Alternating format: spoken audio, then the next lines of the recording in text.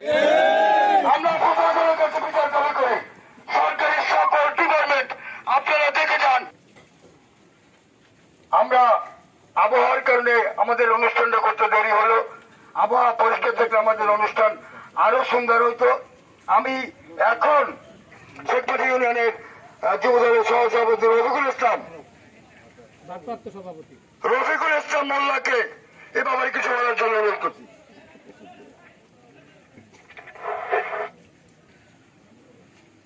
Social মিডিয়ায়, Facebook, print মিডিয়ায়, electronic মিডিয়ায় মিথ্যা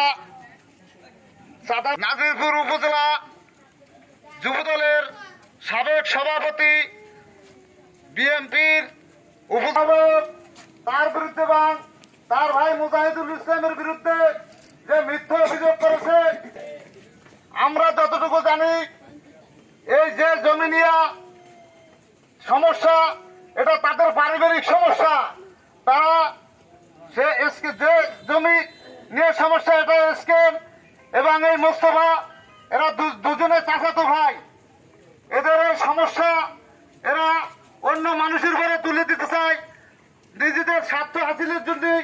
যত প্রকারের মিথ্যা আছে সেই মিথ্যাগুলো তারা বিভিন্নভাবে বিভিন্ন জনের মাধ্যমে ফেসবুকে তার কাছে শফিকুল ইসলাম সাবিক ভাই এবং মুজাহিদুল ইসলাম তার কাছে যে চাঁদা দাবি করছে, এই মিথ্যা আজকে যাতে আপনারা প্রমাণ না করতে পারেন, আগামীতে এই হুজুর এনার মুখে দাঁড়িয়ে আছে, টুপে আছে নবীর সুন্নাত, সেটা মেপে বের করে দিতে। কিন্তু তার ভিতরে সেখানে আমরা দেখেছি এই ইস্কান্দার ভাই সে ওই ঘরে ব্যবসা বাণিজ্য চালিয়ে আসতেছিল।